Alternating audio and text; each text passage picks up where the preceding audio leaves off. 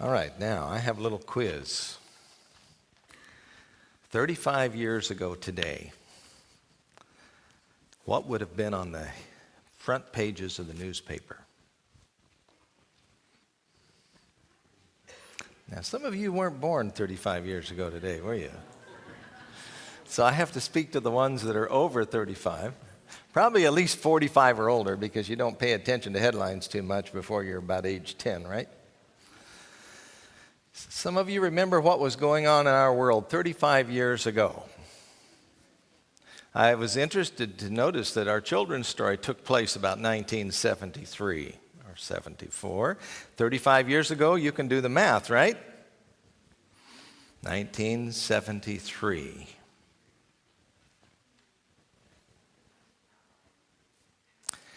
The UN was really, really busy. They'd been trying to bring a conflict to an end.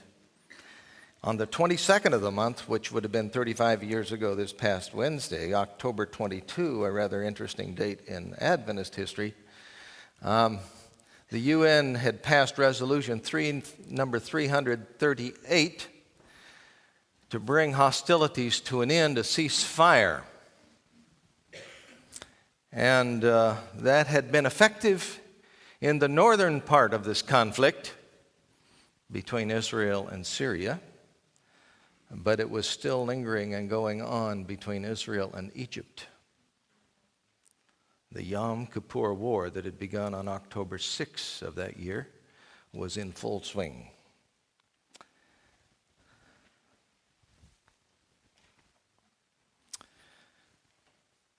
Ariel Sharon was in the process of dividing the Second Army and the Third Army of Egypt. He had crossed the Suez Canal. It's an interesting conflict to read about. And he had separated their forces, and he basically had the Third Army surrounded and was in a position to pretty much annihilate them. And the world was anxious. Backed by about a dozen other countries, Arab countries, Egypt and Syria had attacked on the 6th of October on Yom Kippur. Thus it's called the Yom Kippur War, the Day of Atonement War. They had done so thinking that it would really be a good surprise and that the Israelis would be really, really busy as they were celebrating Yom Kippur, as they were. And of course, they didn't expect the Arabs to attack either, because this happened to be in the midst of Ramadan at the same time. Thus, sometimes it's known as the Ramadan War or the October War because of the month in which it took place. But finally, with the threats of the USSR behind Egypt, and with U.S. backing Israel, and the UN furiously trying to get something done. Of course, they hadn't worked too hard at it until finally they realized that the Arab countries were going to be overrun, the forces, I should say. Finally, on the 26th of the month, 35 years ago tomorrow, Egypt and Israel agreed to a ceasefire, and the Yom Kippur War drew to a close. It was quite a time. You know, our forces had gone to DEFCON 3 during that time, full nuclear alert. That's not something that happens very often for the United States of America. We live in a world with lots of conflict, don't we? And we still see a lot of conflict over in that area. Today, I want to talk to you about another Yom Kippur War. Not because it began on Yom Kippur. Not because it was some surprise attack on the Day of Atonement. But because when we look at this conflict that's shown us in the 8th chapter of Daniel, it becomes very clear that Yom Kippur, the Day of Atonement, and sanctuary language permeates the chapter. and that we don't truly understand the message of Daniel 8 unless we understand the workings of the daily and the yearly ministries of the sanctuary service. We have been looking at the book of Daniel, and I had a person go out of here, 2 or 3 weeks ago when I had preached on Daniel 7 and the beast, She really enjoyed the message, but then she said, "But you're preaching to the choir." Choir?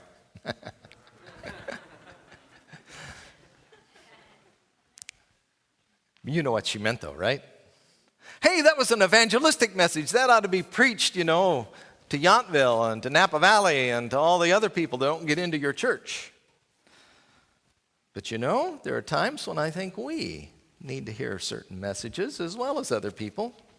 And we need to remember those things that we have held dear from the Scriptures and that many have attacked through the years, by the way.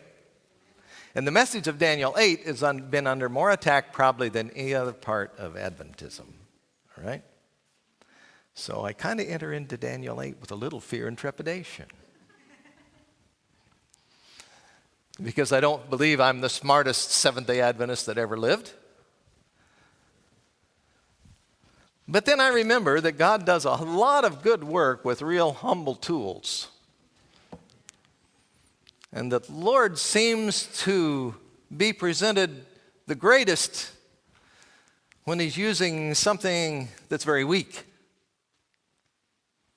And often the greatest wisdom of God comes through some of the most foolish of us.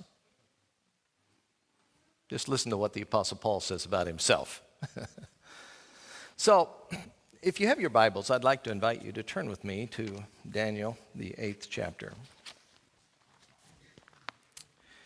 And I want to remind you as we get into Daniel, the 8th chapter, that we're very closely connected still to Daniel 7. All right? You remember what Daniel 7 was all about? Let me just warn you at the beginning, we're not going to get through all of Daniel 8 today. So don't get nervous if we're only a few verses in and it looks like it's time for us to leave. Right? Because I knew going into this that I would have to take some extra time with it. It's too important and too good to just give a little cursory glance. Daniel 8 and Daniel 7, closely connected. You remember back in Daniel 7, Daniel had this great vision of all these fierce beasts, remember? Beasts that not only were fierce in their natural state, but grown to be even more so in the way that they're changed from their natural state in the vision. Remember, and even one of the beasts, we can't quite identify any particular animal in nature that's like that beast, that fourth great and terrible beast with the teeth of iron,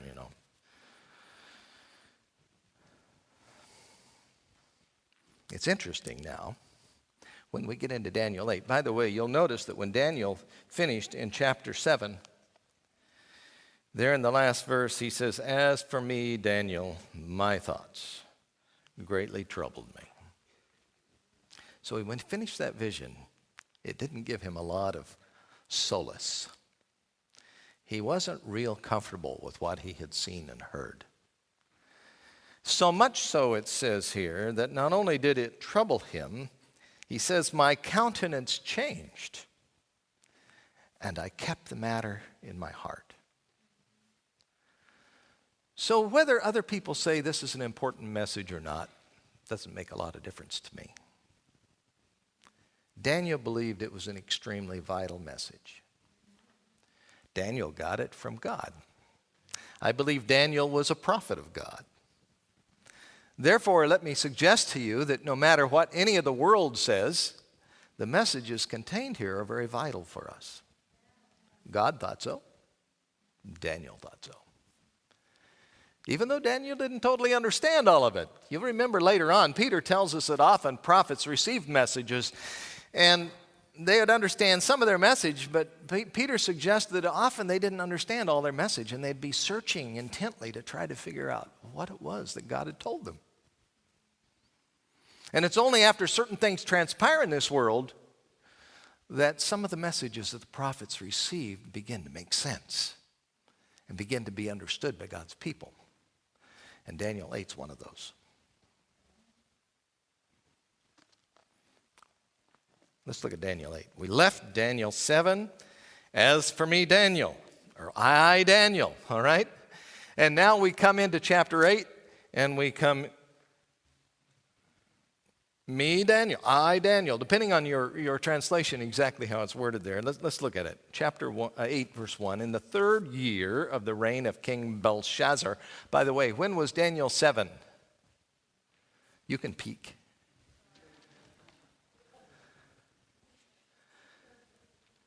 It was the 1st year of Belshazzar. There's an interesting little coincidence I want to point out to you, just because I like coincidences and I like to look at them and notice certain things in the Bible. Chapter 7 and chapter 8 are connected by being the 1st and 3rd year of the reign of Belshazzar. You go back to chapter 1 and chapter 2, you'll notice that they're the 1st and the 3rd year of the reign of Nebuchadnezzar. You go to Daniel 9 and Daniel 10, and you'll notice they're the 1st and the 3rd year of Darius. Interesting little fact. I haven't figured out all the spiritual ramifications of that yet, if there are any, but it's interesting to note.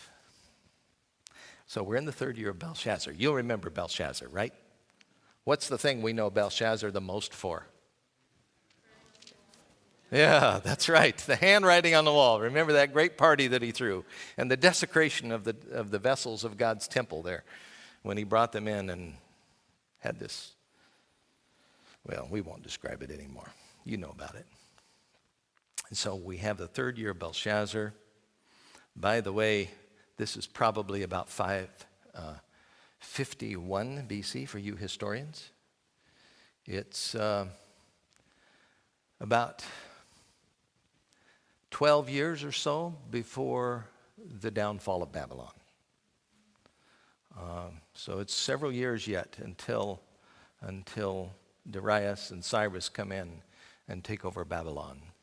But it's already apparent, I think, to many people of the time that this power of the Medes and the Persians is on the rise, and that Cyrus, or Cyrus, is definitely an up-and-coming ruler and king and conqueror. Even though he had a reputation, by the way, all those peoples that he conquered, many of them at least, were happy that he conquered them because he was such a benevolent ruler. He had a very unusual style for the age in which he ruled. He was not known for his cruelty, but rather he was known for his kindness and his enlightened rulership. So I think it's only appropriate that he happens to be the one heathen king that, remember, in Isaiah is used as a symbol or a shadow of the Messiah to come, who's going to deliver us. Just as Cyrus delivered God's people from Babylon, one day the true Messiah is going to deliver us from the clutches of spiritual Babylon, shown in Revelation. So here is Daniel, 3rd year King Belshazzar. And he says, a vision appeared to me Daniel, after the one that appeared to me the first time. So we know that he's remembering that vision with all those beasts. Verse 2, I saw in the vision, and it so happened while I was looking that I was in Shushan, or some translations say Susa, right? The citadel, which is in the province of Elam. That was about 230 miles to the east of Babylon. And it became extremely wealthy later on under the rule of the Medes and the Persians. It became quite a place, and it was a place where Nabonidus, the father of Belshazzar, liked to spend his time. In fact, that's where he was probably when Babylon fell.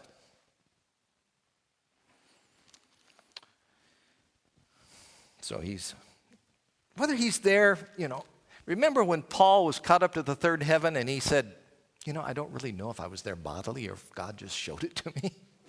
You remember that? I think we could say the same thing about Daniel here. We're not sure if that's physically where he was or if that's where the angel took him in vision. But in any event, that's reality to him right now in this vision. That's where he is.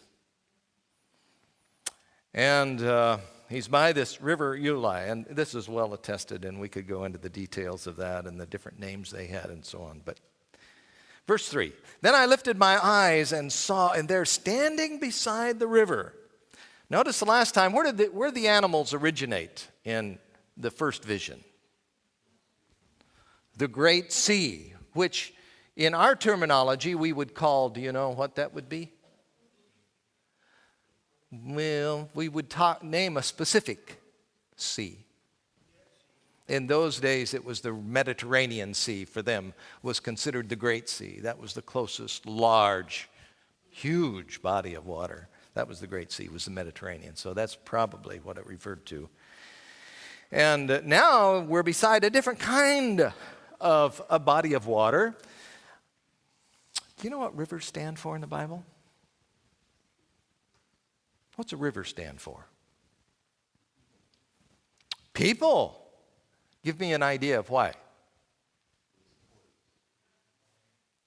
You remember there in Revelation in chapter 17, it talks about the great river Euphrates. And it talks about that, the water on which that Babylon sits as being the peoples that support her, all right? All right. Now, along with that comes not just the people, but all of their culture and their philosophy and what the people stand for. So I think there's something about this river here that would suggest the thoughts and the philosophies and the teachings and the culture that flow through these peoples. All right? Anyway, so he's standing beside the river, and there was a ram which had 2 horns. That's not unusual for a ram, is it? Have any of you ever been around a ram? When my kids were young, we were living in Shenandoah Valley in Virginia, and we went to a sheep farm and visited the man who was in charge of that place, and his name was Sarge. Colorful character. We went to adopt some bummer lambs.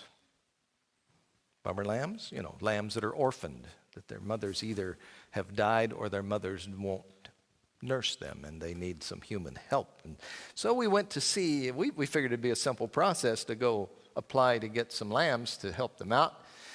But he began to question us to see what kind of people we were, you know, because he didn't give his lambs to just anybody.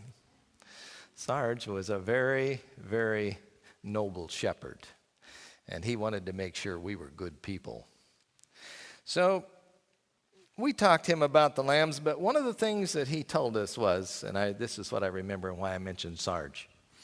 He said, you know, you have children. He said, you don't want a ram on your place. Why do you think he didn't think we wanted a ram? Yeah, that's right. They're mean. That's what he said. He said they're mean and they're smelly and they're not much fun to have around. Now, that's, of course, a real ram, one that hasn't been changed at all, you know, when he's young. I could tell you times when we used to make sure that calves didn't become bulls when we had our cattle and lived on the farm. And this was a real ram, I just want you to know, all right? The kind of ram you don't want to have on your place unless you really mean to raise a lot of sheep, because they're not as cuddly as some of the other sheep around. All right? They're not quite as cuddly. Now, our sheep that we got, those bummer lambs, grew up to be real sheep. We adopted 3, Sugar and Spice and Everything Nice. Sugar, unfortunately, didn't make it. Sugar was very, very weak and frail when we got her, and she passed away as a very young lamb. But Spice and Everything, that was her nickname, survived to adulthood and were good sheep.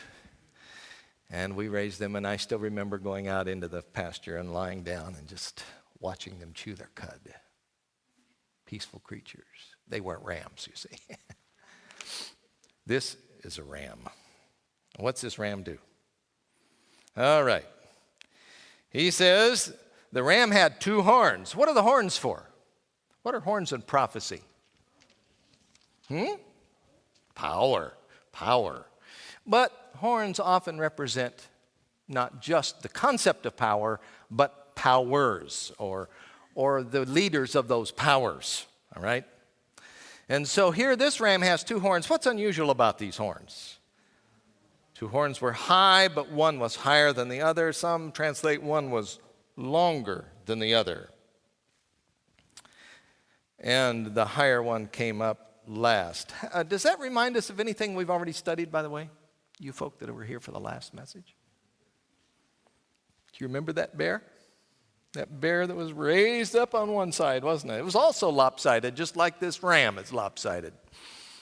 So it's no coincidence we look carefully and we begin to realize that indeed they are talking about the same power, but from a different perspective. After all, we were talking about beasts of prey in chapter 7. What kind of animals are these? This is a ram, and the next animal to come on the scene we're going to see is a goat, a male goat. Where do we find those kinds of animals in Scripture? Even more specifically, where do we find those two animals together in Scripture?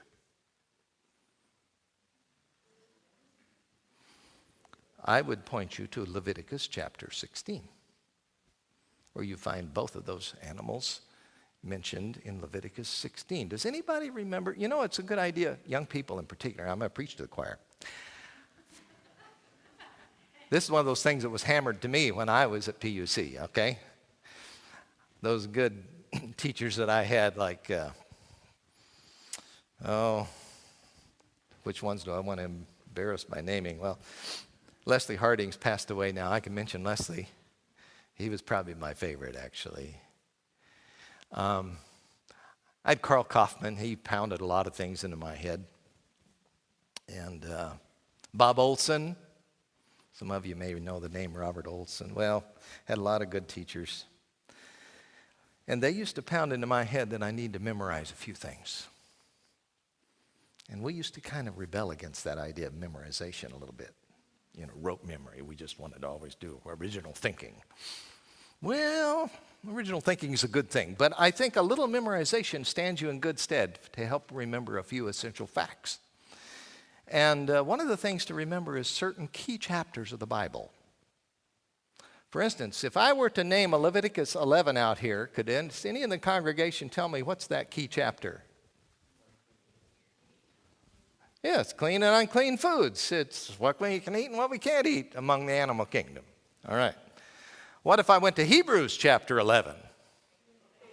Oh, some of you, yeah, there we go, the faith chapter. What about 1 Corinthians 13? The love chapter. And we could name a few like that, couldn't we? I remember in my orals when I was graduating from PUC, Dr. Carl Kaufman, well, I call him Doc. Carl Kaufman spoke up and he said, since John is your favorite book, as you stated earlier in our interview, what's in chapter 22 of John? Would some of you like to tell me what that chapter contains? It's the same content as the book of Hezekiah. You familiar with that? Yeah, all right. Some of you go home and think about that one. Leviticus 16. It explains the Day of Atonement. All right? It tells what happens on that day. And there we find the ram and the he-goat. These are sanctuary critters. These are sacrificial animals. And he's not taking animals that are somehow real twisted from their normal too much. There's a little variation here on those, but these are animals that are well known. And they're not beasts of prey now. They are mild animals, so to speak, except for the male species. The male of the species, I should say. And so we have this ram. Let's go a little farther. We'll get at least to the next animal before we quit today. Now, verse 4, I saw the ram pushing westward, northward, southward. So what would that tell you about the ram, by the way? The ram is pushing to the west and to the north and to the south.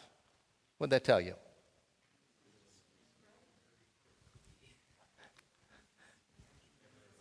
He must have been coming from the east. Wouldn't you say?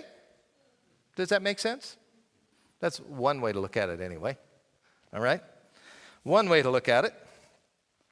All right, so he's pushing westward, northward, southward so that no animal could withstand him. And remember, animals are standing for what?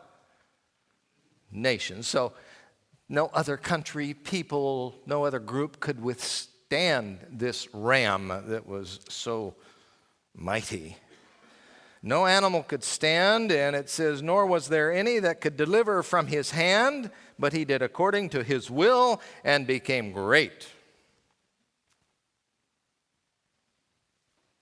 And so that ram of Medo-Persia that had the power of the Medes as one of the horns and the power of the Persians as the other of the horns, but so happened that the first power became the weaker power, and the second power became the longer horn, and he came up last, and he did that under King Cyrus, by the way, who had both background in Medes and the Persians.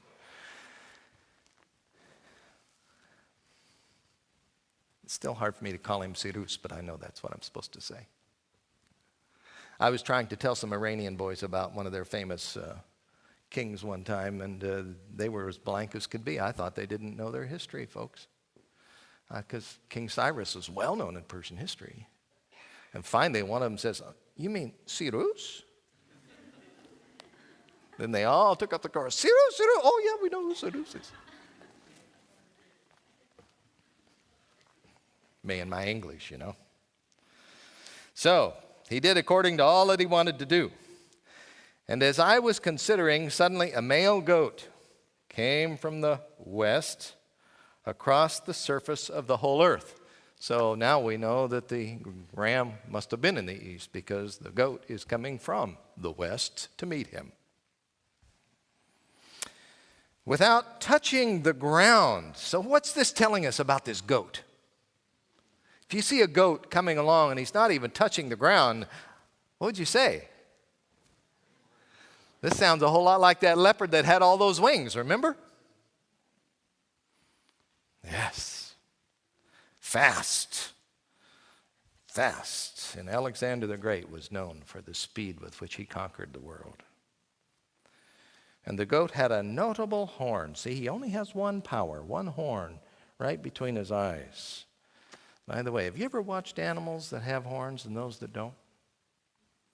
You know, it so happened that along with our sheep, we also had two goats. We went to some Mennonite people over in our territory where we pastored. We had old order Mennonite people in our territory.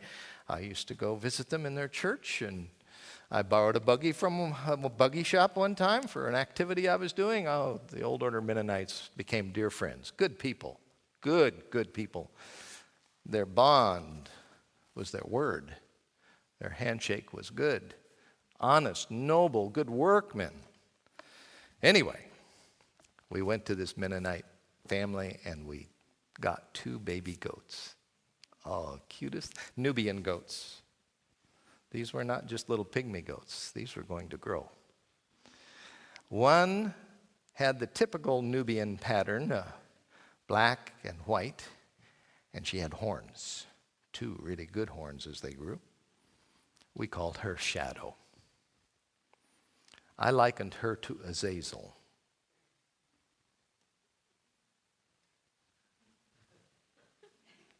No one remembers what Azazel is? The scapegoat. The other one was tan and white, no horns, delightful in personality. We called her Sunshine. Sunshine and Shadow, they were out there with spice and everything.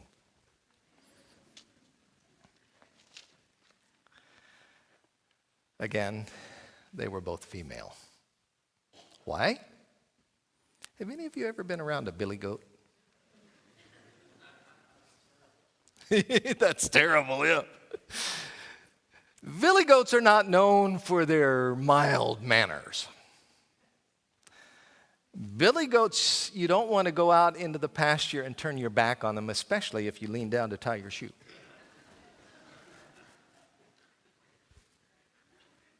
You get the picture? Wouldn't it be terrible if they had one horn? Have you ever seen two goats fight with horns? We had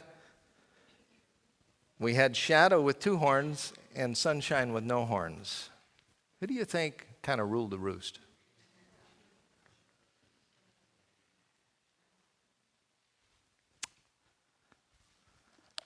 One notable horn between his eyes. You see, he was powerful. And that horn could do a work. And he did. Alexander was like the Lord to the people around him. His word was law. You know, Alexander, though, even though he ruled the world by the time he was in his early 30s, had a problem. I want to read to you something that I found. You see, he conquered the world. He was that fierce he-goat. He was that single horn. He was the one that was dominant. I found this in a little, I got this compilation that's Ellen G. White commentary on Daniel. It's one on Daniel, one on Revelation that I kind of prize. It brings together a lot of the things that she says. And she makes a comment about Alexander the Great, this fellow that, remember, he died when he was 33 years of age, at the height of his power. Remember, this horn we see is broken. That single horn is gone. At the height of his power, she says, Alexander found it much easier to subdue kingdoms than to rule his own spirit. After conquering nations, this so-called great man fell through the indulgence of appetite, a victim of intemperance, according to the hand of inspiration. Earlier, this, by the way, was in a little booklet entitled Christian Temperance and Bible Hygiene, page 29. Some of you may be more familiar with the book Child Guidance by the same author. I'll read a little longer quote from this. It says, "He that is slow to anger, says the wise man, is better than the mighty. And he that ruleth his spirit than he that taketh a city. The man or woman who preserves the balance of the mind when tempted to indulge passion stands higher in the sight of God and heavenly angels than the most renowned general that ever led an army to battle or to victory. Said a celebrated emperor when he was on his dying bed, among all my conquests there is but one which affords me any consolation now, and that is the conquest I have gained over my own turbulent temper." Then she adds this sentence, two sentences. Alexander and Caesar found it easier to subdue a world than to subdue themselves. After conquering nation after nation, they fell. One of them the victim of intemperance, the other of mad ambition. So there are some personal spiritual lessons to learn even as we talk about apocalyptic prophecy. You know, as we recognize what's happening in this world. What I want to suggest to you is, and we will learn more as we go through, see what happened. Let me just read a few more verses to tell you where we're going, and then we'll draw it to close. This goat, he's something, isn't he? This goat came from the west. Verse 6, he came to the ram that had two horns. which I had seen standing beside the river, and ran at him with furious power. And I saw him confronting the ram, and he was moved with rage against him, attacked the ram, broke his two horns. There was no power in the ram to withstand him, but he cast him down to the ground and trampled him. And there was no one that could deliver the ram from his hand. Have you ever watched an animal die?